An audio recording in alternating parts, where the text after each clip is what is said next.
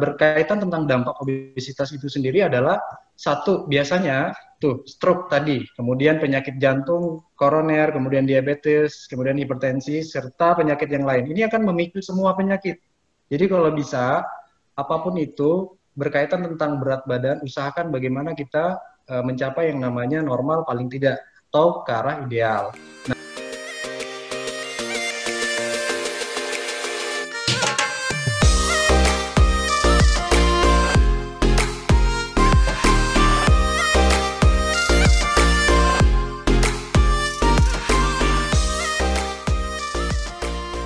Selamat pagi, Assalamualaikum warahmatullahi wabarakatuh. Waalaikumsalam warahmatullahi wabarakatuh. Oke, selamat datang kepada Bapak Ibu peserta webinar kali ini. Kita sudah sampai pada kegiatan Sharing is Caring Telkom Group yang ke-35. Untuk kegiatan hari ini, judulnya adalah Tips dan Fakta seputar olahraga dan berat badan bersama narasumber kita yaitu Mas Roni Editia dan Mas Harpi Juniarko. Kedua narasumber kita merupakan instruktur. Nah, Mas Roni itu dari regional Kalimantan, kalau Mas Harpi itu dari regional Jatim Balnus. Baiklah, sebelum memulai mungkin sedikit informasi yang bisa disampaikan. Materi diberikan kurang lebih selama 20 menit, lalu setelah itu kita akan masuk dalam sesi tanya jawab. Kepada Bapak Ibu yang ingin bertanya, silakan ketik pertanyaannya di kolom Q&A atau bisa juga klik raise hand. Nanti akan diberikan kesempatan bertanya ketika sudah disebutkan namanya oleh narasumber. Begitu. Demikian yang dapat disampaikan. Silahkan Mas Roni dan Mas Harpi bisa memulai pemberian materinya. Terima kasih. Baik, terima kasih Mbak Ami. Assalamualaikum warahmatullahi wabarakatuh. Salam sejahtera bagi kita semua. Semangat pagi. Selamat berjumpa kembali pada Sharing is Caring Telkom Group pada pagi hari ini. Semoga kita selalu dalam keadaan sehat dan selalu dalam lindungannya. Sebelum memulai, mari kita berdoa terlebih dahulu agar kegiatan pada pagi hari ini membawa manfaat bagi kita semua. Berdoa menurut kepercayaan masing-masing, dipersilakan. Selesai. Tema pada pagi hari ini adalah tips dan fakta seputar olahraga dan berat badan yang akan dibawakan oleh rekan saya, Mas Roni Editia dari Regional Kalimantan, dan saya sendiri, Harpi Juniarko dari Regional Jatim Bali Nusra. Untuk mempersingkat waktu, mungkin Mas Roni bisa memulai. Monggo Mas Roni, dipersilakan. Oke, baik. Assalamualaikum warahmatullahi wabarakatuh. Bapak Ibu, terima kasih bagi yang sudah menyaksikan live dari kami. Kami harap apa yang kami sampaikan pada kesempatan kali ini semoga bisa bermanfaat, khususnya bagi kami selaku instruktur, kemudian para Bapak Ibu yang mengikuti acara live pada kesempatan kali ini. Baik, menilik dari judul kami, nah di sini judul kami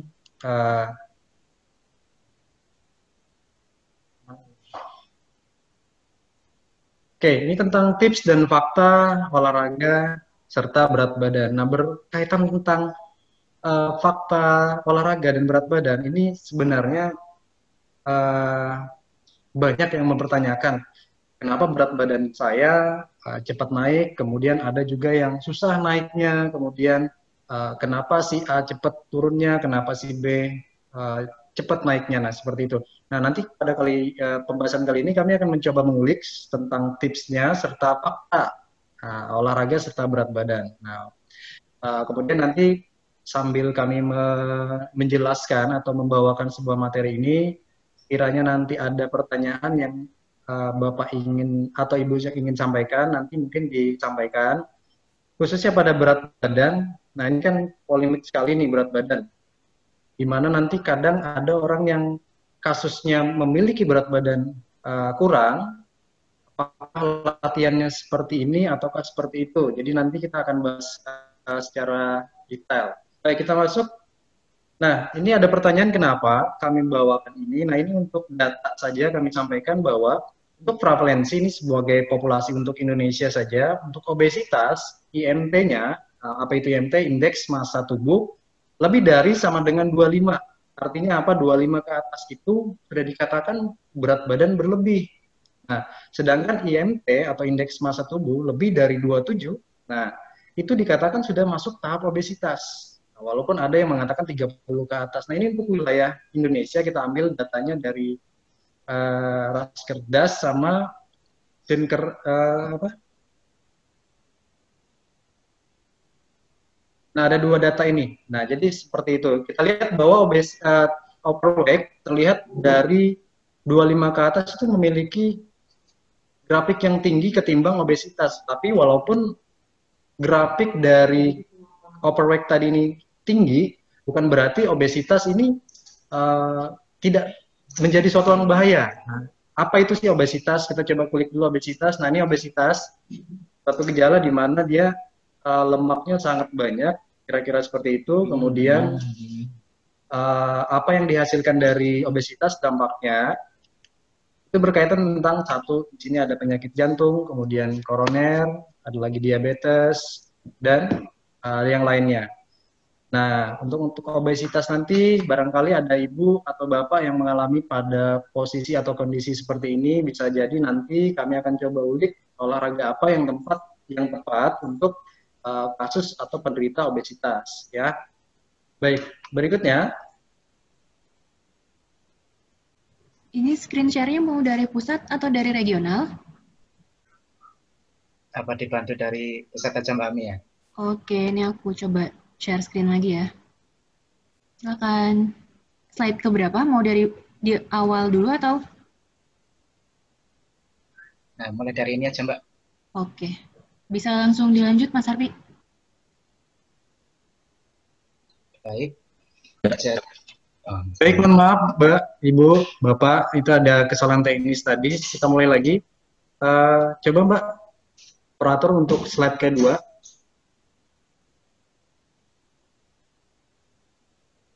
Oke, kita mulai dari sini ya. Baik, saya ulang lagi ya, Bapak Ibu, mohon maaf sekali lagi. Nah, berikut adalah dampak di mana walaupun tadi overweight lebih tinggi dari obesitas, tapi berkaitan tentang dampak obesitas itu sendiri adalah satu, biasanya tuh stroke tadi, kemudian penyakit jantung, koroner, kemudian diabetes, kemudian hipertensi, serta penyakit yang lain. Ini akan memicu semua penyakit. Jadi kalau bisa, apapun itu berkaitan tentang berat badan, usahakan bagaimana kita mencapai yang namanya normal paling tidak, atau ke arah ideal. Nah, berkaitan dampak udah tahu semua, jadi ini adalah sebuah gambaran di mana hasil dari overweight tadi, maka langsung mengarah ke obesitas. Jadi obesitas itu adalah posisi di mana nggak dimulai dari 1 hari atau 2 hari. Nah, ini dimulai dari posisi adalah yang berkelanjutan secara konsisten, seperti itu. Oke, lanjut ke slide ketiga. Baik, kita definisikan untuk berat badan ideal. Nah, di sini perlu dipahami bahwa untuk berat badan ideal itu bersangkutan tentang tinggi badan kita, kemudian sama berat badan kita itu seimbang atau tidak. Dalam arti adalah beratnya tidak terlalu gemuk, juga tidak terlalu kurus. Nah, artinya sedang-sedang saja. Jadi definisi kita untuk berat badan ideal seperti itu. Walaupun untuk laki-laki kadang ada yang mengatakan pengennya nih berat badan ideal itu seperti ini. Contoh, pengennya berotot atau enggak hanya ramping saja, yang penting perutnya tidak terlalu buncit, yang penting ramping. Nah, seperti itu ada. Jadi definisi untuk berat badan ideal secara garis besar adalah tinggi sama berat badan itu sesuai, tidak lebih berat, tidak juga dia tidak kurus. Jadi seperti itu. Tapi kita kembalikan lagi definisi untuk ideal seseorang itu kadang pengennya seperti ini, pengennya seperti itu, ya. Oke, lanjut ke slide keempat. Nah, ini ada beberapa cara untuk menghitung berat badan ideal. Nah, kita namakan namanya BMI atau IMT, nama lainnya Indeks Massa Tubuh, di mana di situ ada rumusnya, kita ambil sumber PGN 2014. Nah, di sini ada berat badan dalam satuan kilogram. Jadi Bapak atau Ibu, secara garis besar atau dasarnya saja, dari berat badannya Ibu, di situ katakanlah mencapai 60 kilo. Nah, saya coba untuk mengukur untuk 60 kilo. Jadi 60 kilo ini dibagikan dari tinggi badan dalam satuan meter dikali tinggi badan per meter juga. Jadi kalau misalnya tinggi badannya 160 berarti 1,60. Nah, untuk 60 sendiri berarti 1,160. Nah, untuk dirubah ke konversi ke meter berarti 1,6 kali 1,6. Nah, menghasilkan jadi berat badan tadi berapa? 60, kemudian dibagikan per berapa itulah hasilnya. Nah, untuk 60 sendiri kita coba adalah 1,6 kali 1,6. Nah, 2,56 berarti 60 bagi 2,6 adalah 23,0. Berarti kalau pembulatan adalah 23. Nah, untuk 23, nah di sini ada batas ambang indeks massa tubuh untuk populasi di Indonesia. Kategorinya ada kurus, normal, dan gemuk. Nah, untuk yang kurus, nah kategorinya adalah kekurangan berat badan, tingkatnya ada yang ringan, kemudian ada yang berat. Nah, kalau yang berat itu di mana sih letak ininya? Nah, 17 ke bawah. Nah, itu dikatakan berat sekali. Berat dalam artian apa? Itu kondisinya sangat buruk sekali. Artinya untuk menaikkan berat badan itu diperlukan sekali. Nah, untuk kekurangan berat badan yang tingkat ringan itu 17 mencapai ke 18,4. Nah, itu masih kategori ringan. Butuh mencapai 18,5 sampai 25 mentok itu normal, ya. Nah, tadi untuk orang yang tinggi atau berat badannya 160, kemudian tinggi badannya adalah 160, nah menghasilkan 23. Nah, angka 23 berarti bertepatan di antara 18,5 sampai 25. Nah, secara garis besar, maka orang yang memiliki berat badan 60 kg, tingginya 160, dengan berat seperti itu maka dikatakan normal. Kira-kira seperti itu. Lanjut berikutnya. Nah, ini saya kembalikan ke Mas Sarpi untuk fakta berat badan. Silakan Mas Sarpi. Baik, terima kasih Mas Roni. Jadi dalam fakta penurunan berat badan ini pasti banyak yang bertanya-tanya berapa sih penurunan berat badan yang bagus, yang dianjurkan. Nah, pada kesempatan kali ini penurunan berat badan yang dianjurkan adalah 0,5 sampai 1 kg setiap minggu. Jadi tidak boleh terlalu banyak, dan tidak boleh terlalu sedikit. Secara bertahap dengan pembatasan energi kurang lebih 500 kilokalori setiap hari. Jika penurunan berat badan dilakukan secara drastis, nah maka akan menyebabkan kehilangan sejumlah besar air, elektrolit, mineral, jaringan otot, dan protein di jaringan bebas lemak. Nah, jadi kita juga harus berhati-hati dalam menentukan berat badan. Kadang kita inginnya berat badannya cepat. Nah, ini yang akan menimbulkan beberapa gejala, Bapak Ibu. Selanjutnya,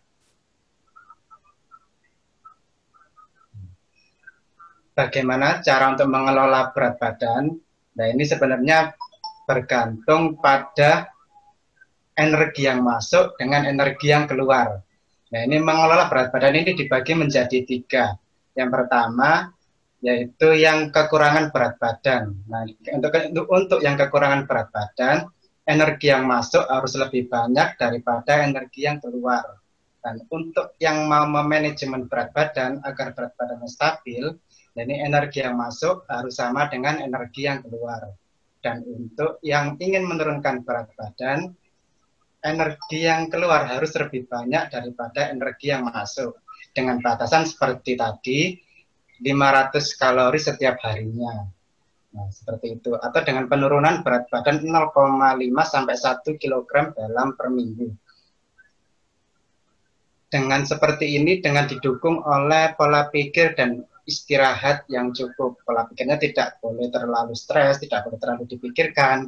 Kadang kita pengennya harus cepat turun. Nah, ini kadang malah membuat kita stres. Nah, sebaiknya dijalani aja dulu dengan perlahan dan bertahap dan dengan istirahat yang cukup. Selanjutnya.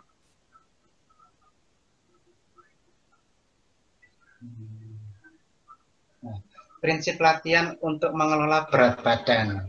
Nah, ini tidak bosan-bosannya kami melakukan prinsip latihan. Nah, ini untuk sebagai dasar kita untuk melakukan olahraga. Ini sangat penting sekali berapa sih frekuensinya? Nah, frekuensi yang baik untuk menurunkan berat badan yaitu 3 sampai 5 kali dalam per minggu untuk pemula, dan nanti akan ditingkatkan 5 sampai 7 kali dalam seminggu. Jadi boleh setiap hari. Terus untuk intensitasnya, nah ini untuk intensitas sedang. Segimana sih intensitas sedang itu? Yaitu sekitar 50 sampai 70% dari denyut nadi maksimal. Pasti udah pada familiar nih ya dengan intensitas ini seperti itu. Terus untuk waktunya, seberapa lama kita melakukan olahraga, dan untuk menurunkan berat badan, waktu yang tepat yang direkomendasikan yaitu minimal 30 menit. Untuk setiap kali sesi latihan sampai 60 menit. Jadi setiap minggunya, kalau kita melakukan latihan 3 kali dalam seminggu, dalam waktu 3 kali dalam seminggu, berarti waktu yang kita butuhkan yaitu 50 menit untuk 1 kali sesi latihan. Jika kita melakukan latihan 5 kali dalam seminggu, berarti 1 kali sesi latihan kita hanya membutuhkan waktu 30 menit. Seperti itu. Untuk tipe latihan ini tetap dibagi menjadi 3, yaitu latihan aerobik, latihan beban, dan latihan kelentukan. Nah, untuk latihan ini ada beberapa perbedaan dari latihan aerobik dan beban. Jika terhadap penurunan berat badan, latihan beban, tapi dengan ditambah diet. Nah ini, jadi latihan beban ditambah diet akan lebih bagus menurunkan berat badan daripada latihan aerobik plus diet, atau gabungan latihan beban dan aerobik, seperti itu. Jadi untuk latihan aerobik sendiri bisa dilakukan seperti berenang, bersepeda, jalan kaki, jogging, boleh, bergantung kesenangan masing-masing. Untuk yang senang aerobik, untuk yang senang latihan beban bisa dilakukan seperti free weight atau calisthenics, terus dengan beban mandiri seperti menggunakan botol dan sebagainya, dan latihan kelentukan ini digunakan untuk merilekskan otot-otot agar tidak kaku setelah melakukan latihan. Jadi seperti itu. Next. Nah, tips mengelola berat badan. Jadi tipsnya seperti apa untuk mengelola berat badan? Yang pertama yaitu modifikasi gaya hidup dan perilaku. Jadi berat badan ini kan nggak semata-mata muncul langsung ya. Biasanya terjadi karena tumpukan-tumpukan lemak yang udah lama. Jadi setelah 10 kian tahun baru kita merasakan berat badan kita bertambah. Jadi untuk menurunkannya ya harus bersabar seperti itu, pelan-pelan. Jadi kita mulai dari modifikasi gaya hidup dan perilaku. Kita perbaiki gaya hidup kita yang awalnya sedentari, harus kita lebih aktif untuk bergerak, dan kita mengatur pola makan seperti itu. Terus yang kedua, latihan secara baik, benar, terukur, dan teratur. Nah ini sinkron dengan yang pertama, kita harus lebih banyak bergerak. Bergeraknya seperti apa? Harus baik, benar, terukur, dan teratur. Seperti prinsip latihan di atas. Terus yang ketiga, jangan lupa untuk mencatat latihan dan hasil perkembangan hasil latihan. Dan ini digunakan untuk menambah motivasi kita. Oh, hari ini saya selesai latihan 30 menit. Hari selanjutnya harus bisa 30 menit minimal, atau bisa ditambah 5 sampai 10 menit lagi, seperti itu. Dan untuk perkembangan hasil latihan juga harus dicatat. Contohnya, sebelum melakukan latihan berat badan saya 90. Nah, terus setelah latihan pertama mungkin 90 turun jadi 89,5. Nah, ini harus perlu dicatat agar kita semakin termotivasi dengan perkembangan latihan kita. Terus yang ketiga, melakukan program diet yang baik dan istirahat yang cukup. Nah, ini harus tetap, aktivitas harus tetap diimbangi dengan pola makan yang bagus dan istirahat yang cukup. Seperti itu. Selanjutnya, nah, terima kasih. Jadi cukup sekian materi yang bisa saya sampaikan. Kita banyak di sharing session aja ya. Untuk pertama, kita akan ke Q&A terlebih dahulu dari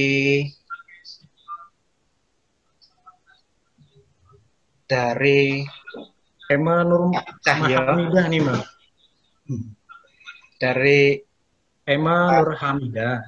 Oh ya Pak, Kian terlebih dahulu ya. Boleh Untuk saya tambahin dulu Mas Harfi? Ya, dari Pak Cahyo Magelang, tinggi badan 165, berat badan 84 kilo. Peralatan olahraga yang ada di rumah adalah sepeda statis.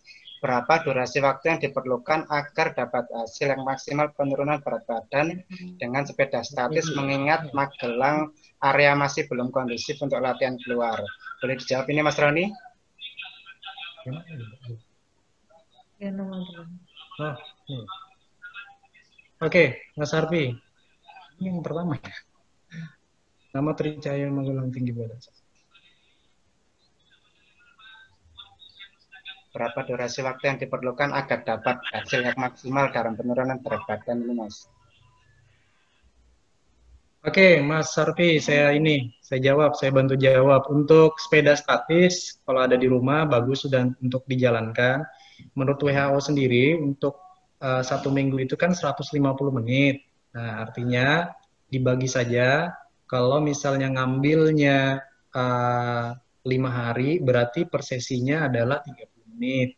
Nah, sehingga menghasilkan 150 menit tadi. Tapi dilihat lagi situasi kondisi sama keadaannya. Jika keadaannya masih bekerja atau masih sibuk yang lain, nah atau masih santai-santai. Nah, katakanlah untuk yang saat ini ada kerjaan atau sibuk. Nah, berarti dipakai untuk 3 hari. Nah, kalau 3 hari berarti berselang. Hari ini latihan, besok tidak, besok latihan. Nah, untuk yang 3 hari berarti kalikan saja. Kalau misalnya 3 berarti untuk mencapai 150 berarti kan 50 menit. Kurang lebih seperti itu Bapak Tri Cahyono kira-kira. Jadi untuk mengingat hasilnya, saya sarankan mungkin bertahap saja dulu, sekitar 150 menit, bagi saja sesinya untuk durasi waktu. Nah, nanti lama-lama akan nambah sendiri. Boleh nggak lebih dari 150? Kalau sudah terbiasa, monggo dilakukan. Kalau belum terbiasa, nggak sampai 30 menit pun nggak masalah. Saya rasa nggak masalah. Yang penting habis aja dulu, kebiasaan aja dulu. Kira-kira seperti itu Pak Tri Cahyono. Oke Mas Arfi. Ya, sedikit menambahkan untuk Pak Tri Cahyono. Jadi untuk hasil yang maksimal Pak harus ditambah dengan diet Pak. Jadi dietnya harus bagus karena dari aktivitas sendiri dan akan mempengaruhi berat badan itu sekitar 15-30% Pak. Jadi untuk dietnya ini 60-75%. Jadi seperti itu Pak. Tetap harus diimbangi dengan diet yang bagus, olahraganya juga dimaksimalkan agar penurunan berat badannya maksimal. Tetapi tetap diperhatikan jangan sampai berat badannya turun drastis.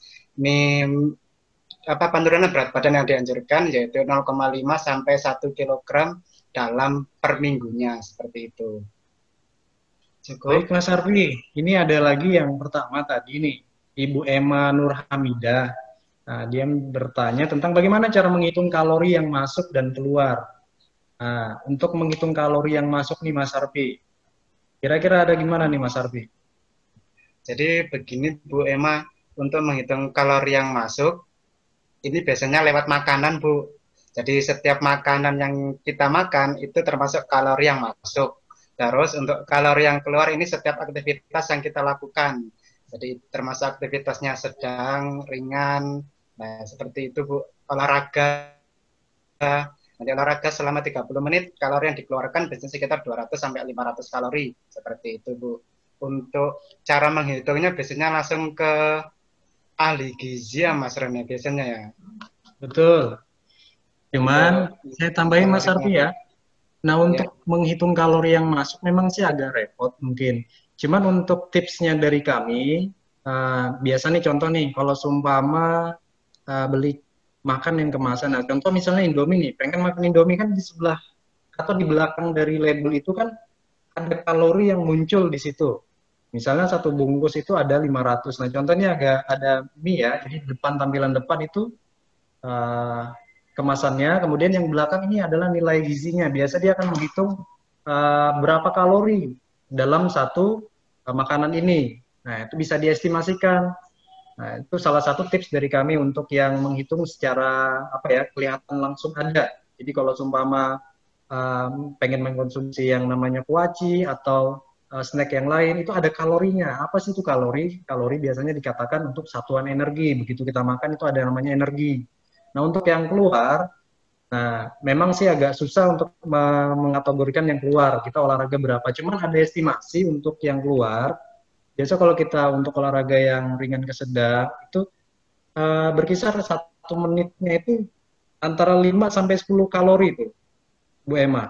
Jadi bayangkan ya, percepatan antara kita makan sama mengeluarkan itu sangat luar biasa. Makannya contoh nih, mie tadi atau donat satu yang manis itu kurang lebih sekitar 150 kalori. Satu kira-kira kenyang tidak? Saya rasa mungkin kalau satu mungkin enggak ya, mungkin dua kali ya. Nah, satu aja 150. Nah, bayangkan untuk mengeluarkannya berapa? Kalau misalnya 1 menit itu ditakar sekitar 5 sampai 10 kalori, ya. Berarti 30 menit. 30 menit dalam satu hanya donat. Tapi tenang, Ibu Emma, untuk pembakaran kalori biasanya nggak cuma olahraga, aktivitas fisik lainnya seperti menyapu, kemudian berjalan, apalagi mencuci. Nah, itu dikatakan aktivitas fisik yang ada untuk membakar kalori. Nah, tapi tingkatannya itu di bawah dari kita latihan fisik. Jadi dia tidak bisa mendongkrak untuk membakar secara maksimal. Nah, kalau untuk pembakaran membantu mungkin iya saya rasa. Butuh juga yang namanya olahraga. Jadi antara aktivitas fisik tadi dengan latihan fisik, semisal olahraga itu harus dikombinasikan. Jadi aktif juga olahraganya, aktif juga dari segi fisiknya. Jadi kira-kira seperti itu ya, Ibu Emma. Oke, Mas Arfi, lanjut lagi. Kok dia ngacak-ngacak itu ya? Bilang ya.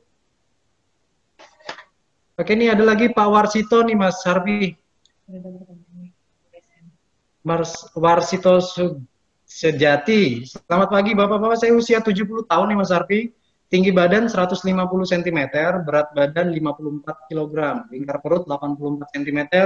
Tiap pagi kegiatan sambil berjemur senam-senam ringan selama 15 menit. Apakah itu normal atau masih kelebihan berat badan? Nah, gimana Mas Arfi, mau jawab atau gimana? Boleh.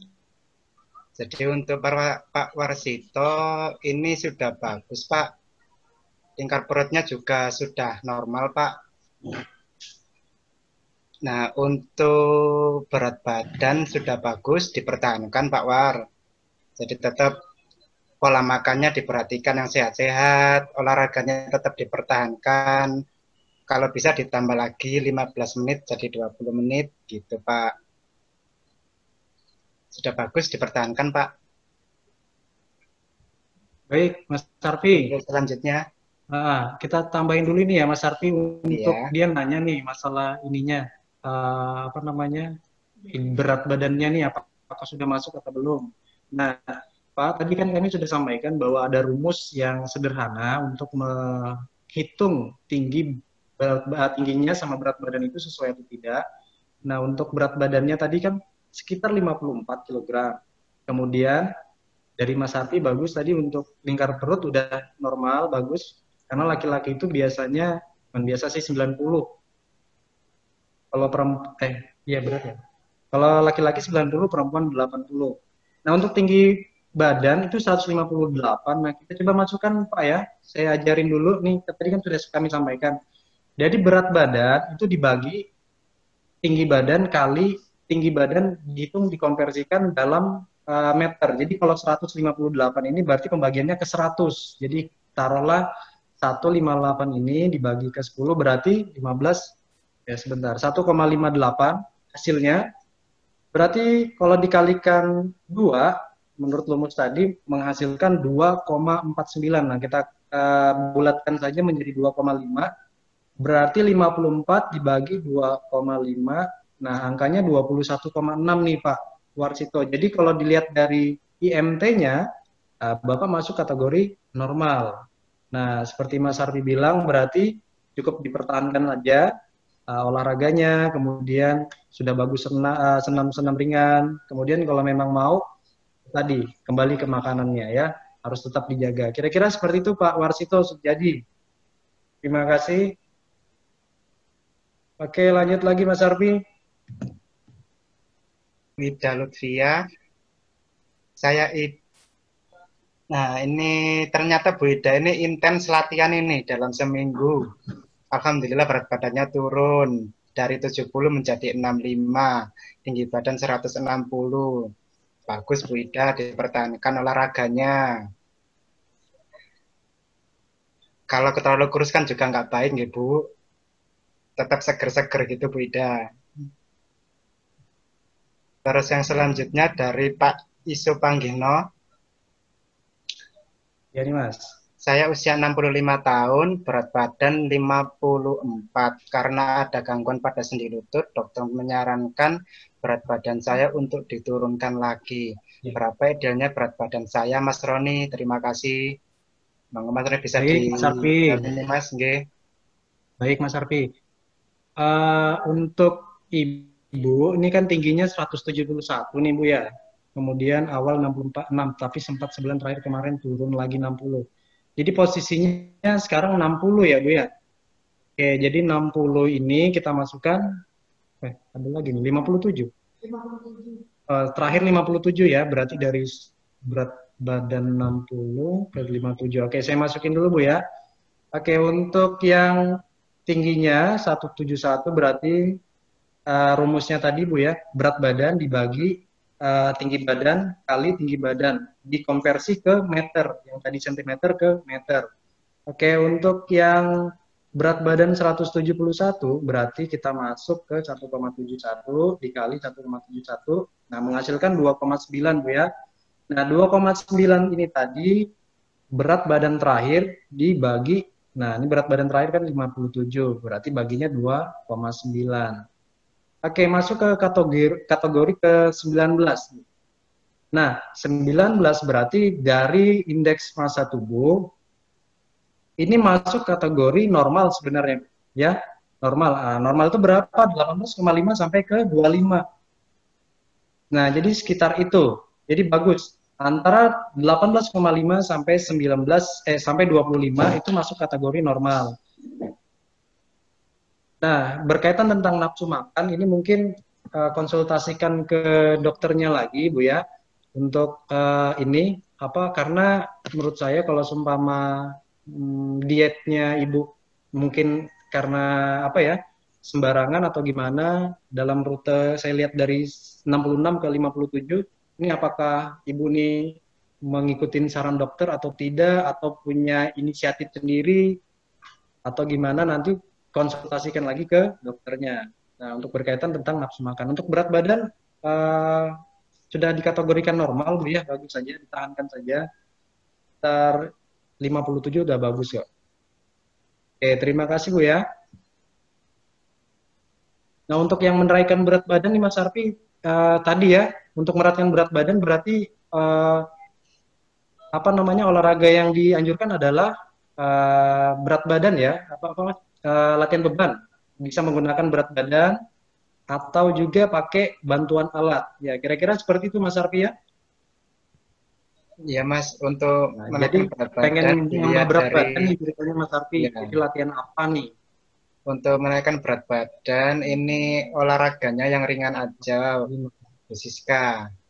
Jadi olahraga yang ringan. Nanti untuk makannya sambil konsultasi dengan ahli gizi atau dokter, karena kadang makanan-makanan tertentu yang bisa kita makan atau yang kita tidak mau itu nanti akan disarankan oleh ahli gizinya, dicari solusinya nanti seperti itu, pengganti makan apa seperti itu Bu. Untuk olahraganya olahraga ringan saja, karena aktivitasnya kan tidak boleh terlalu banyak seperti itu. Oke Mas Arfi, ini ada raise hand nih Mas Arfi, kita coba ini ya.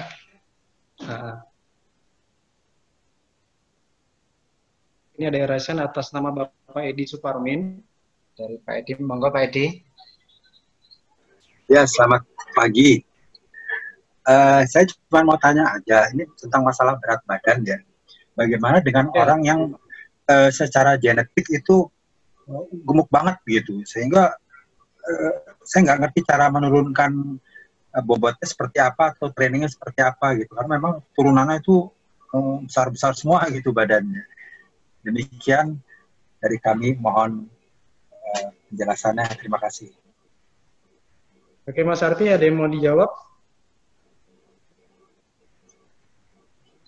Nah, ini masuk masalah faktor penurunan berat badan, Pak. Kalau memang dari genetik ini memang seperti itu, Pak. Jadi kita bisanya harus mengendalikan berat badan kita agar tidak semakin naik.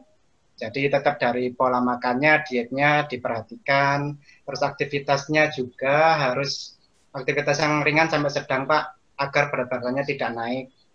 Seperti itu, Pak. Karena memang genetik ini salah satu faktor yang tidak bisa kita ubah, hanya kita bisa mengendalikan berat badan aja ini, Pak Edi. Seperti itu, Pak.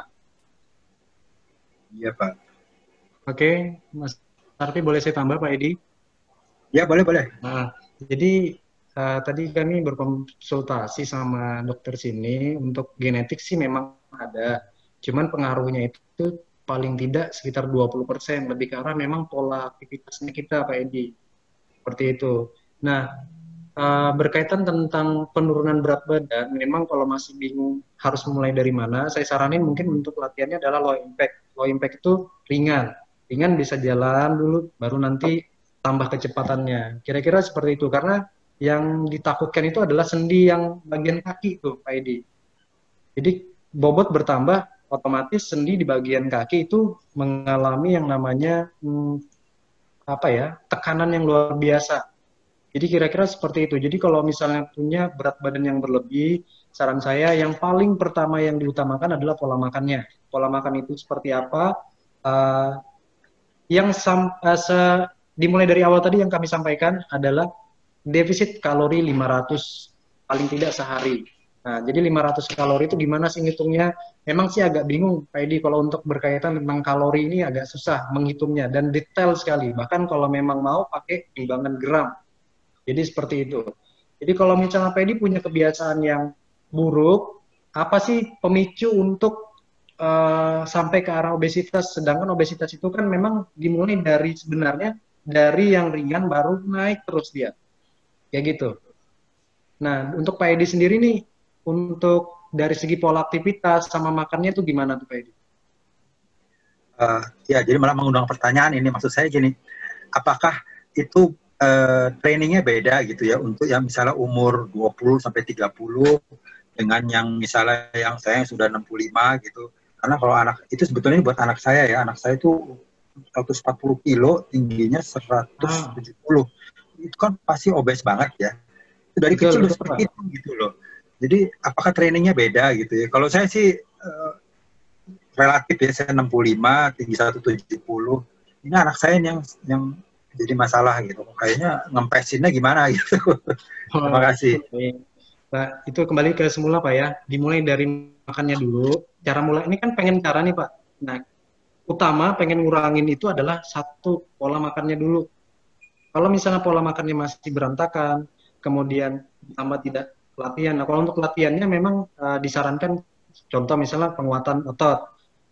Nah, kalau untuk kondisi tertentu biasanya kami pengen lihat dulu nih, pengen observasi itu gimana, apakah masih bisa berdiri, apakah bisa jongkok, atau apakah bisa melangkahkan kaki, itu kan saya nggak tahu tuh berkaitan tentang itu. Tapi pada intinya adalah, mulainya adalah pola makan dulu Pak Edi. Pola makan dulu, diatur, kebiasaannya yang tadinya nasinya satu genggam begini, itu mulai dikurangin. Tidak bisa kita menghilangkan langsung satu nasi tadi.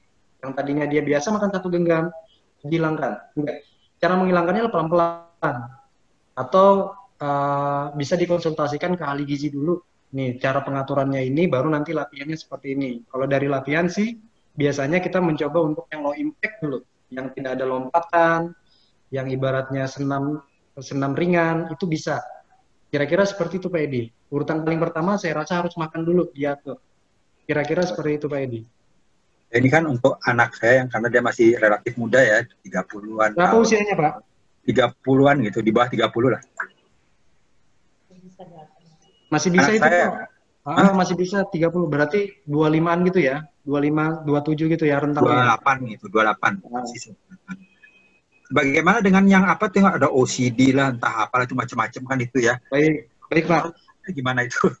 Baik, jadi gini Pak, saya pun di sini selaku instruktur di sini nggak pernah nyarankan yang namanya diet ini, diet ini, diet ini. Kalau pengen mau diet itu kan arti kata diet itu adalah mengatur pola makannya sebenarnya. Nah, diet yang dimaksud di sini adalah kalau kita pengen naikin berat badan itu namanya ada surplus kalori. Kalau pengen badannya tetap ideal saja dengan kondisi seperti itu namanya maintenance, tidak naik, tidak turun. Ada yang terakhir, defisit kalori. Diet apapun, kalau dia ada memasukkan defisit kalori itu bagus. Tapi ini saya kasih gambaran sama Pak Edi ya. Ya. Kira-kira Pak Edi punya temen nih, Ya. satu kantor. Kira-kira penampilannya Pak Edi sama temannya itu kira-kira satu passion atau tidak? Nah, kalau seumpama Pak Edi ini punya passion yang berbeda, temannya berbeda, itu agak susah Pak Edi untuk ngikutin passionnya orang ini. Nah, sama begitu juga dengan diet. Kita nggak bisa ngikutin diet ini, orang ini bisa begini. Enggak, kita punya passion sendiri. Kalau memang nggak bisa ngikutin dietnya ini, kita nggak bisa memaksakan. Saya cuma ngasih solusi, yaitu defisit kalori. Defisit itu apa? Mengurangin itu. Nggak ada yang namanya menghilangkan makanan tertentu, ini menghilangkan ini. Kalaupun memang mau konsumsi nasi, boleh dikurangin. Kaget nanti Pak, serius. Nanti kalau dia biasa makan satu genggam, dihilangkan satu, atau bisa diganti ke yang lain, misalnya kentang atau yang berkaitan dengan karbohidrat, gitu. Kemudian dilihat lagi sih aktivitas anaknya. Kalau misalnya dari kesehariannya itu sering konsumsi gula, terus makanan yang manis-manis, karbonya tinggi, nah udah pasti itu agak susah. Nah, dimulai dari situ dulu nih Pak. Koreksi di bagian makanannya dulu. Bapak buat daftar saja, tulis apa kebiasaan anak ini yang paling buruk. Misalnya sering mengkonsumsi teh manis. Gula itu bukan ke arah gizi, tapi lebih ke arah energi. Sedangkan anak Bapak butuh loss energinya, pembakaran energinya. Bakar aja susah, memasukkan gula lagi. Nah, kalau nggak salah gula, satu teh manis, gelas manis ini, ukuran sedang itu utang treadmill itu sekitar 20-30 menit Pak Edi. Itu baru kebakar cuman gulanya, bukan lemaknya yang kebakar. Baru ngabisin cuman teh. Nah ini sebagai gambaran saja, ini artinya estimasi. Jadi kita mengkonsumsi teh 1 gelas dengan posisi yang lagi gemuk, lagi berat badan, tinggi gitu kan. Nah, begitu mau posisi nurunkan minum, itu utang treadmill itu 30 menit, 20-30 menit. Coba bayangin, baru tehnya doang, orangnya sudah tempor duluan. Nah, kira-kira seperti itu, Pak. Jadi makanan duluan. Jadi kalau memang Pak Edi mau bimbing anaknya, coba dekatin baik-baik apa yang kesehariannya yang buruk, kiranya apa yang sering dimakan atau gimana, itu buat aja daftarnya. Kira-kira seperti itu, Pak. Selalu nomor 1 makanan. Nanti latihannya bagus. Dia tuh hobinya makan enak. Taunya cuma enak sekali gitu. Disuruh diet susah itu. Jadi Pak, betul Pak. Jadi kalau berbicara makanan, gini Pak, semua kita bisa makan. Ini kita makan, ini kita makan, ini kita makan. Tapi nggak semua bisa kita makan dalam satu hari itu. Misalnya nih ada nih sate, ini nasi goreng dan segala macam. Nah itu bisa nyicipin semua, bisa dimakan. Tapi kalau dikumpulin jadi satu, nah saya rasa nggak bisa. Jadi memang atau kuncinya Pak, ini dari saya nih Pak, kayak yang banyak orang gagal tuh gini. Coba seimbangkan antara kebutuhan sama keinginan. Tubuh butuhnya apa, sama keinginannya apa. Ini sudah makan nih pagi nih, nasi kuning gitu kan. Nah keinginan tubuh untuk nyemil lagi gitu. Nah keinginan tadi kan sebenarnya tubuh nggak butuh, cuma keinginan. Nah coba diklikkan antara itu, antara butuh sama ingin. Di tengah-tengahnya kalau udah ketemu, nah sip itu dapat. Nah antara butuh sama ingin. Kadang kalau sudah makan malam, Bapak nonton aja bola, gitu kan, pas nonton bola sampai larut malam, kepengen makan martabak nih, kepengen makan ini, itu pasti kayak gitu. Jadi antara kata kuncinya mungkin dari saya itu aja dulu Pak, antara kebutuhan sama keinginan, gitu. Nah di revisinya di situ dulu ya. Semoga membantu nih Pak Edi. Terima kasih, dapat saya linknya sekarang ya. Terima kasih ya Pak ya, garis besarnya itu ya. Semoga ini berhasil, Insya Allah. Terima kasih. Baik, sama-sama Pak. Baik, sebentar lagi akan ada polling Bapak Ibu. Jadi mohon untuk polling untuk webinar ini harap diisi ya. Nah, untuk polling materi dan sebagainya. Terima kasih. Selanjutnya Mas Roni dari Q&A lagi.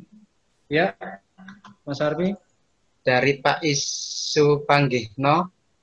Saya usia 65 tahun, berat badan 54 kilo. Karena ada gangguan pada sendi lutut, dokter menyarankan berat badan untuk diturunkan lagi. Berapa idealnya berat badan saya, Mas Roni? Terima kasih. Nah, ini sepertinya bergantung dari tinggi badan ya, Mas Roni ya. Iya. Kan ini Pak Isu Panggihno ini tinggi badannya sekitar berapa nggih, Pak? 157 Mas Arfi. Oh, 157. 157. Berat badan idealnya turun sampai berapa ini, Mas? Kira-kira Mas Roni? Di mana, Bu? Ntar Mas Arfi. Tinggi badan 157 cm. Baik, Pak. Nah, untuk tadi sebenarnya sudah kami sampaikan. Jadi kalau mau ngitungnya itu, apa tadi? Indeks massa tubuhnya, berat badan itu dibagi. Nah, di bawahnya tinggi badan kali tinggi badan itu dikonversikan dalam meter. Jadi yang 157 berarti kalau 157 cm kalau dikonversikan ke meter menjadi 1,57. Nah, 1,57 ini dikalikan sama 1,57. Nah, hasilnya itu 2,4. Baik ya, 2,4 sekian kalau dibulatkan jadi 2,5 nih, Pak. Nah, untuk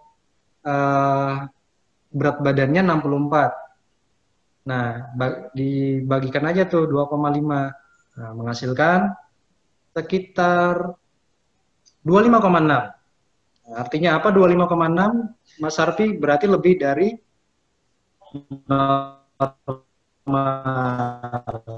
jadi statusnya di sini adalah overweight sebenarnya, Pak. Nah, untuk apa ini Mas Harfi? Berat badan renang, jogging, dan renang di pantai. Sampai berapa, Mas? Diturunkan lagi. Nah, ini kalau saya hitung nih, Pak, Bapak masih bisa turun sampai... tetap bisa, Mas Harfi. Bapak turunnya ini bisa sampai jadi 50 kilo, Pak, berat badannya.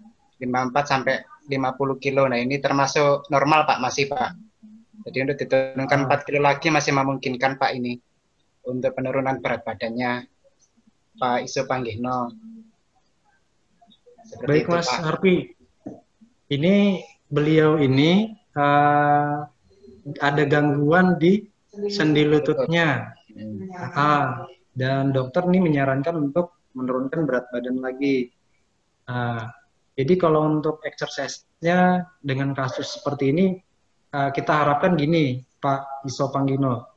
Kalau memang bagian tertentu itu sakit, contoh nih, ini kan kasusnya Bapak pengen menurunkan berat badan lagi, berarti kita fokusnya di berusaha untuk menurunkan berat badan. Ada juga orang yang normal, tapi kasusnya adalah kakinya yang bermasalah, berarti dia fokus di kaki saja. Nah, untuk berkaitan tentang lutut yang sakit ini, saya rasa mungkin menggerakkan apa yang bisa dulu. Contoh di bagian atas kan kita bisa ada upper body, kemudian center. Di bagian sini juga bisa perut, latihan perut bisa, latihan tangan juga bisa. Kalau memang tidak bisa jalan merasa sakit, bisa terapi lewat, karena renang nggak bisa, berarti ya itu tadi, mungkin kita gunakan lewat exercise pakai kursi saja. Ada kok, Pak, untuk exercise menggunakan kursi. Jadi dia posisinya duduk, bisa Bapak searching di Google, ada beberapa latihan yang ibaratnya banyak sekali referensi untuk exercise di kursi. Nah, saya menyarankan untuk latihannya di kursi. Masalah nanti Bapak di rumah itu adanya cuma dumbbell, itu nggak masalah. Atau itu punya handuk juga nggak masalah, untuk stretchingnya juga boleh. Nanti sambil berjalannya waktu, latihannya bisa ditambah. Mana yang bisa digerakkan, ya Bapak gerakan. Nah, jadi saran saya itu, Pak, ya, untuk latihannya coba untuk exercise di kursi saja. Kira-kira seperti itu nih, Pak Iso Panggino. Ada tambahan, Mas Arfi? Cukup, Mas Roni. Tadi kan menyarankan berat badan diturunkan lagi, berapa idealnya berat badan saya. Tadi idealnya bisa sampai 50 kg Pak, masih bisa, masih normal untuk Bapak turun sampai 50 kg. Badannya jadi 50 kg seperti itu. Jadi turun 4 kilo lagi Pak. Seperti itu Pak Iso. Cukup Mas. Oke, kita lanjut lagi Pak. Mas, apakah dengan bertambahnya massa otot akan berpengaruh terhadap berat badan? Nah, ini Mas Arfi. Jadi massa ototnya nambah, apakah berpengaruh terhadap berat badan? Nah, saya jawab dulu Mas Arfi ya. Ya Mas, monggo. Baik, kan di tubuh ini kan banyak, maksudnya kayak ada air, kemudian lemak, apalagi otot.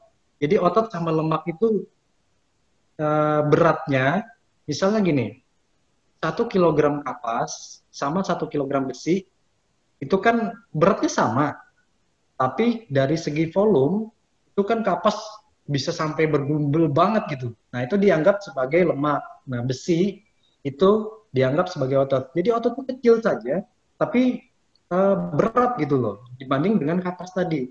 Apakah ini akan berpengaruh terhadap berat badan? Jelas sekali berpengaruh.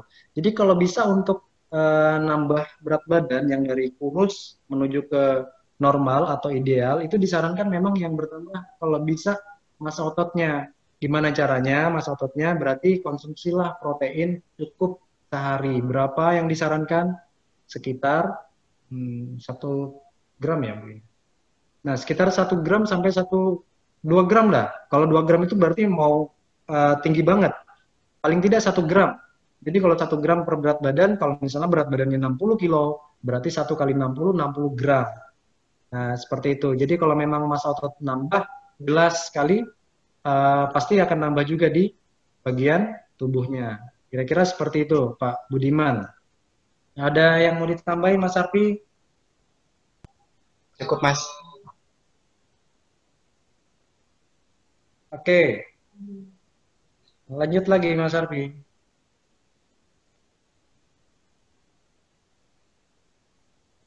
Ini ada dari Arif Suyono ya, Mas Arfi. Arif Suyono. Saya sekarang umur 66 tahun. Sebelumnya dulu kalau olahraga selalu memakai dumbbell dan alat-alat lain. Semakin bertambah umur, kayaknya udah nggak mampu pakai alat tambahan lain. Sebagai gantinya apa ya? Karena kalau udah biasa ada pakai alat, kemudian tidak dipakai, kayaknya ada sesuatu yang kurang. Iping. Aja udah nggak mampu, apa begitu keadaannya? Orang pada seumur saya, apa olahraga yang baik untuk seumur saya? Dan kemungkinan ada aremia juga. Oh, aremia. Gimana nih Mas Arfi? Aremia. Nah, untuk yang pakai alat ini Pak, kita bisa mengganti dumbbellnya dengan botol air mineral Pak. Seperti itu.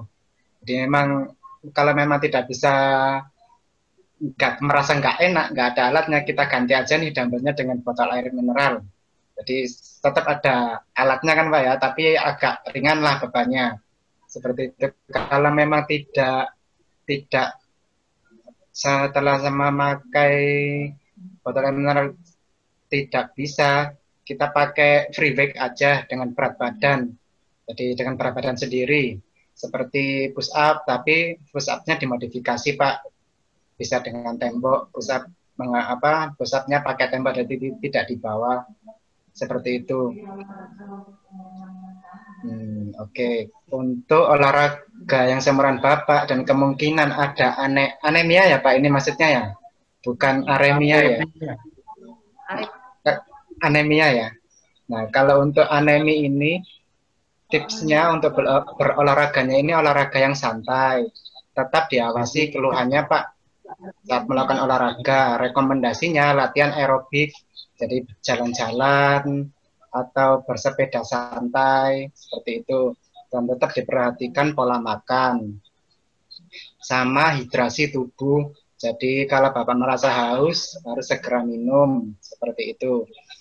Tetap diawasi gejalanya ya Pak.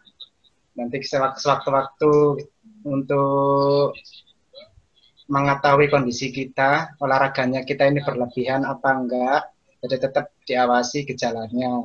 Mungkin ada merasa lelah, terus bagian dada sakit, pusing, sesak nafas, ini tetap diperhatikan seperti itu. Ada tambahan dari Mas Rani? Ya Mas, mungkin yang saya tambahin cuman latihannya yang Mas Arti bilang tadi. Bener bisa pakai alat lain. Kalau memang nggak bisa pakai alat-alat yang sering dipakai kayak dumbbell, mungkin bisa pakai pre-weight tadi, entah itu pakai apa di tembok kah push up-nya. Yang penting itu untuk tujuan dari latihan beban ini kan Bapak udah ngerti kalau saya lihat di sini, gimana untuk memperkuat tulang sama otot dan sendinya itu dijalankan saja. Biasanya kalau jarang pakai alat tambah apa kayaknya nggak mampu lagi ini biasanya Bapak latihan sudah konsisten tapi tiba-tiba berhenti. Nah, untuk memulai itu biasanya agak susah. Memang biasa seperti itu, Pak. Jadi kalau memang mau latihan itu adalah yang dihasilkan adalah konsistennya. Jadi kalau misalnya kita sudah konsisten, itu akan naik terus, progressive overload namanya. Tapi kalau misalnya latihan sebulan nanti tiba-tiba menghilang, biasanya akan terjadi yang namanya mulai dari nol lagi bisa jadi seperti itu. Jadi agak susah untuk ngangkatnya. Jadi saran saya kalau memang mau benar-benar diatur waktunya seminggu 3 kali kah atau seminggu 2 kali tapi konsisten. Tapi jangan 1 sampai 5 kali ngebut di awal saja nanti ujung-ujungnya stop. Nah itu yang agak susah. Saya kira seperti itu Pak Arif Siono. Oke Mas Arfi, ini ada raise hand. Oh nggak ada, cukup. Tadi ada raise hand. Oke ada lagi nih Mas Arfi, tinggi badan 160 cm nih. Berat badannya 48 kilo, umur saya 63. Dokter indeks BMI. Dokter indeks BMI 48. Oh, 18,75. Ini dikatakan normal ini Gondosari. Gondosari Pak Gondo nih kayaknya. Ibu Mas. Bapak atau Ibu? Ibu ya Mas. Ya. Nah ini keren nih, Bu Gondosari udah bisa menghitung apa namanya berat badannya. Jadi kalau misalnya ini berapa, ada tuh tadi kita sampaikan Bu ya untuk berat badan yang normal itu berapa kisarannya, yang overweight itu berapa. Nah untuk ibu ini kan 18,75 ini masuk kategori normal, jadi masih aman. Oke, untuk rentangnya bisa sampai 25 Bu. Nah, cuman saran saya mungkin agak di pertengahan lagi tuh. Soalnya sudah mau mencapai angka 18. Jadi batas minimum untuk normalnya. Jadi seperti itu nih Bu. Tapi terima kasih nih Bu ya udah bisa ngitung secara mandiri nih ya. 18,7,5. Oke, terima kasih Bu Gondosari. Oke, lanjut Mas Arfi.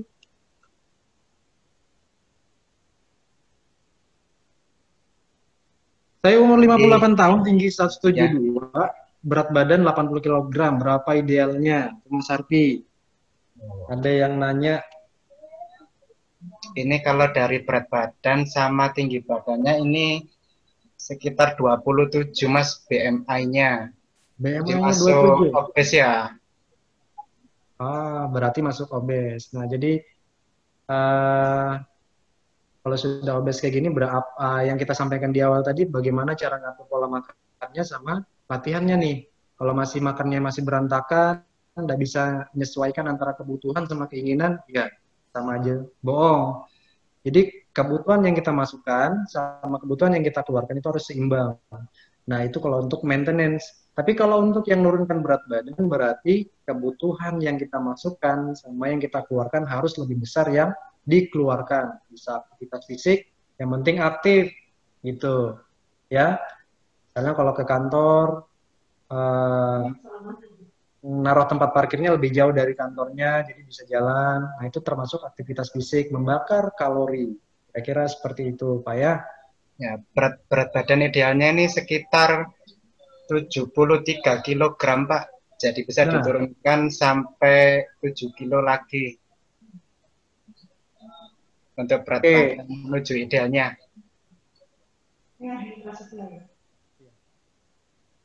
Berapa tadi Mas? 73 untuk mencapai berat badan ideal. Berarti sekitar berapa kilo tuh Mas? Sekitar turun 7 kilo lagi. Ya? 7 kilo. Nah, Rekomendasi kami tadi untuk penurunan berat badan itu diambil dari sumber Kemenkes RI bahwa untuk 1 minggu sekitar 0,5 sampai 1 kilo ya Pak. Jadi kalau bisa mengikuti itu secara konsisten, insya Allah hasilnya itu apa ya, bertahan gitu loh Pak. Nggak turun cepat, nanti naiknya cepat juga, kayak gitu ya. Rekomendasinya 0,5 sampai 1 kilo. Saya kira seperti itu.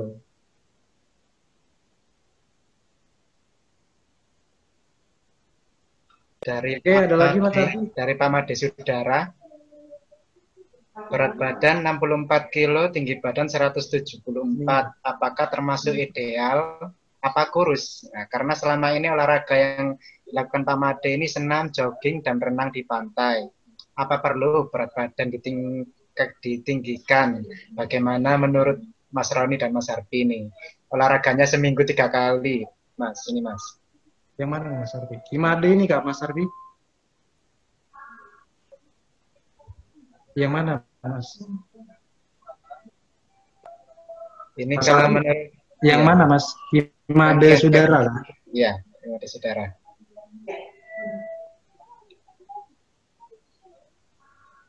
Apa terus? Kalau termasuk tinggi badan dan berat badan ini, Bapak masih masuk ideal, Pak, berat badannya. Berat badannya ideal di indeks massa tubuhnya 21, Pak. Rentangnya jadi masih masuk ideal. Tapi apa terlihat? Kalau Bapak masih terlihat kurus, kalau menurut Bapak masih terlihat kurus, ini masih bisa ditinggikan lagi, Pak, berat badannya. Jadi nanti bisa sampai di 72 itu masih bisa Pak untuk peningkatan berat badan karena masih masuk kategorinya masih ideal seperti itu.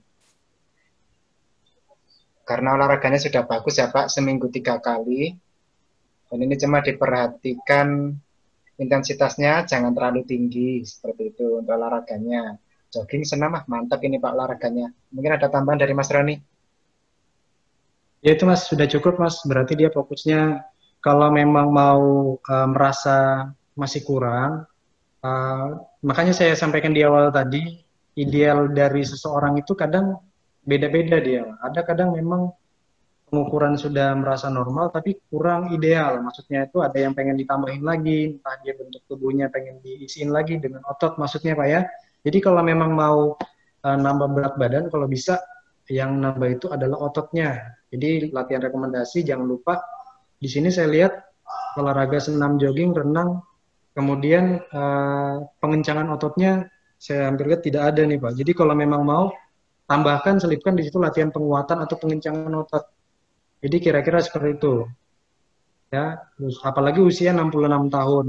Saya menyarankan sekali untuk latihan kaki karena begitu kaki kita ini kuat, dalam tanda kutip kuat, nah itu akan memungkinkan kita akan produktif gitu. Jadi kalau seumpama kaki kita ini bermasalah saja, itu memungkinkan kita untuk menjadi apa ya, tidak aktif, jadi sering banyak duduk, baring, nah gitu. Kalau bisa fokuskan di kakinya juga.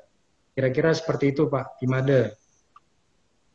Oke Mas Arfi, Pertanyaan ada lagi nih? terakhir ini Mas sepertinya dari Pak Tri Cahyono. Apakah gizi daging kambing dan daging sapi berbeda ukurannya?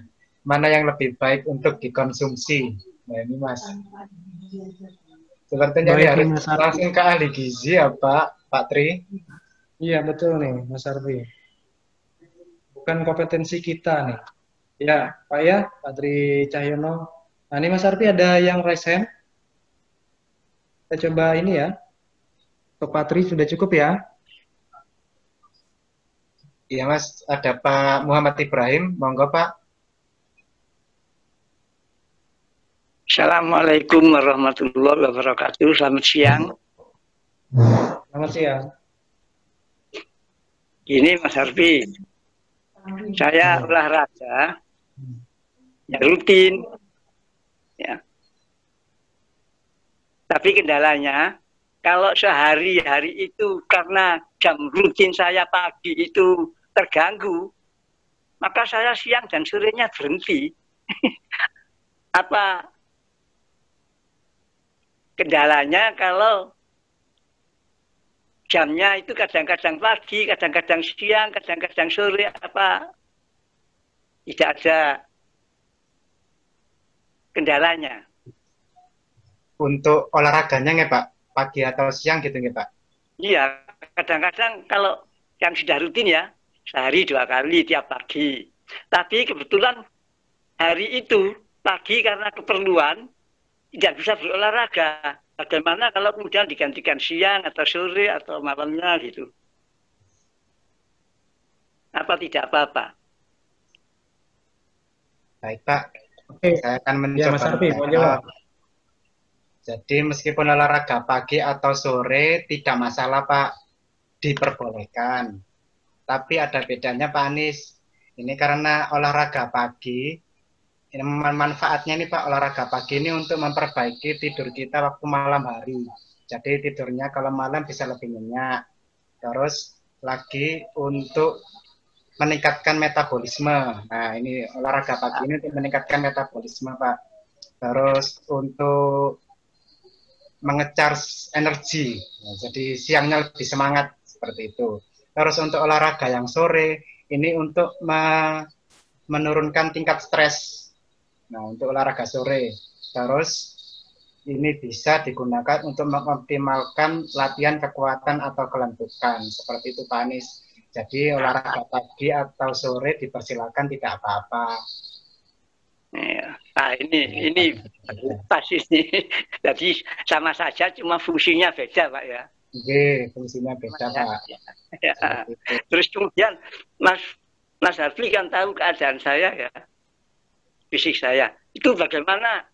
Memang betul tadi keterangannya, lebih latihan otot memang tidak menambah kegemukan, tapi menambah berat kalau ototnya diperkuat. Tapi bagaimana kalau untuk kegemukan kalori harus banyak? Berarti kalau kalori harus banyak, yang dikeluarkan harus dikurangi kalau gitu ya. Olahraganya dikurangi. Kalau perlu gemuknya. Olahraganya tetap dilakukan, tidak apa-apa Pak. Selama intensitasnya ringan sampai sedang. Seperti itu Pak. Terus dari pola makannya ditambah lagi. Seperti itu Pak Anies. Terus sebaiknya makan itu sebelum olahraga atau sesudah olahraga? Kalau sebelumnya olahraga itu berapa gram rentangnya? Kalau sesudahnya berapa jam rentangnya setelah olahraga? Kadang-kadang saya kan habis makan langsung olahraga. Kadang-kadang habis olahraga langsung makan.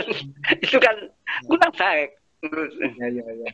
Jadi ya, untuk pengaturan jam makan biasanya sebelum olahraga ini kalau yang dimakan ini berat Pak, seperti nasi itu 2 jam sebelum olahraga Pak. Waduh. Kalau ada lagi Pak, kalau yang dimakan ini sereal seperti itu kan agak sedang ini Pak makannya. Jadi 1 jam sebelum olahraga. Nah, kalau untuk mendekati olahraga, biasanya makan buah atau susu. Seperti itu Pak Anies, kurang dari 1 jam sebelum olahraga. Nah, kalau yang setelah olahraga nih Pak. Biasanya habis sarapan langsung berangkat olahraga ya Pak. Tidak ada rentang waktu. Ini yang perlu diperhatikan lagi Pak Anies. Ya, terima kasih. Untuk yang setelah olahraga tadi, kalau setelah olahraga dicukupkan dulu hidrasinya Pak. Jadi minum air kalau bisa. Ya. Ada elektrolitnya seperti itu agar keringat yang keluar cepat terganti Pak Anies. Seperti itu Pak. Karena sebelumnya olahraga belum terisi makanan, nah itu makannya tidak apa-apa ya. Setelah minum-minum turun terus baru makan itu tidak apa-apa ya. Iya, boleh. Boleh ya. Dan nunggu sampai beberapa jam itu ya. Iya Pak, kalau makanannya sementara cukup nanti kapan-kapan saya tak ngatur waktu bisa. Dari dulu mau ngatur waktu tidak bisa terus. Bisa konsul Terus darat nanti. Terima kasih. Sami-sami Pak Anies. Wassalamualaikum warahmatullahi wabarakatuh. Cukup Mas Roni? Ya cukup.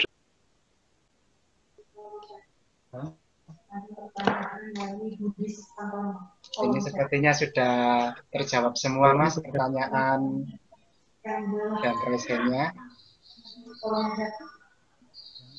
Ntar Mas Arfi kayaknya ada yang nanya lagi nih.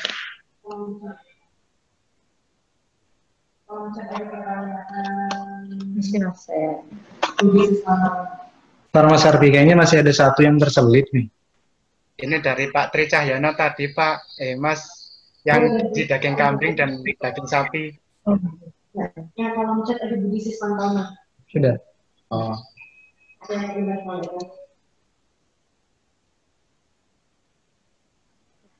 Oke, sepertinya Mas Arfi nggak ada yang nanya lagi nih. Alhamdulillah, semoga yang kita sampaikan ini menjadi manfaat bagi banyak orang, terutama kita sendiri.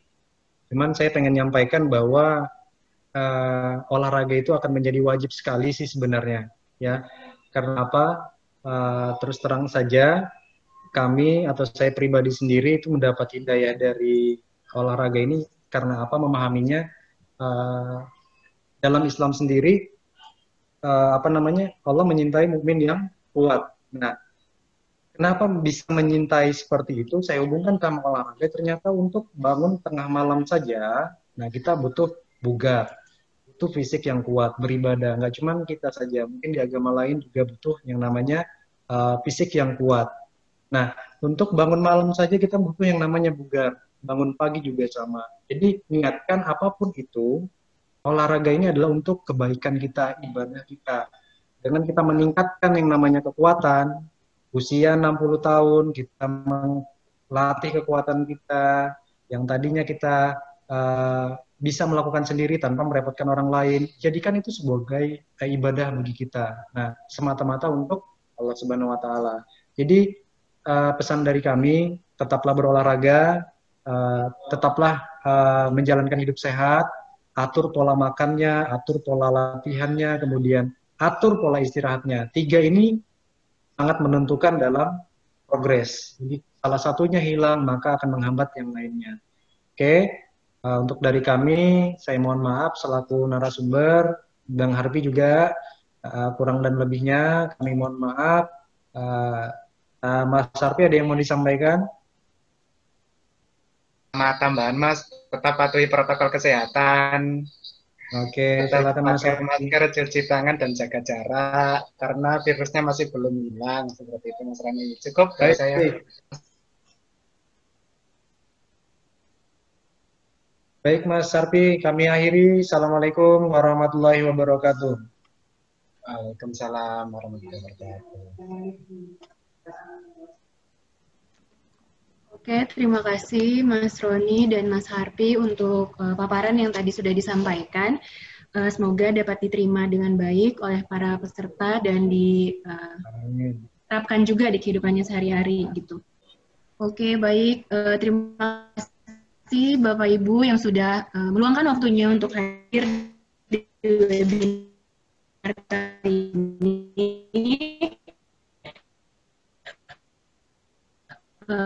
Kamis.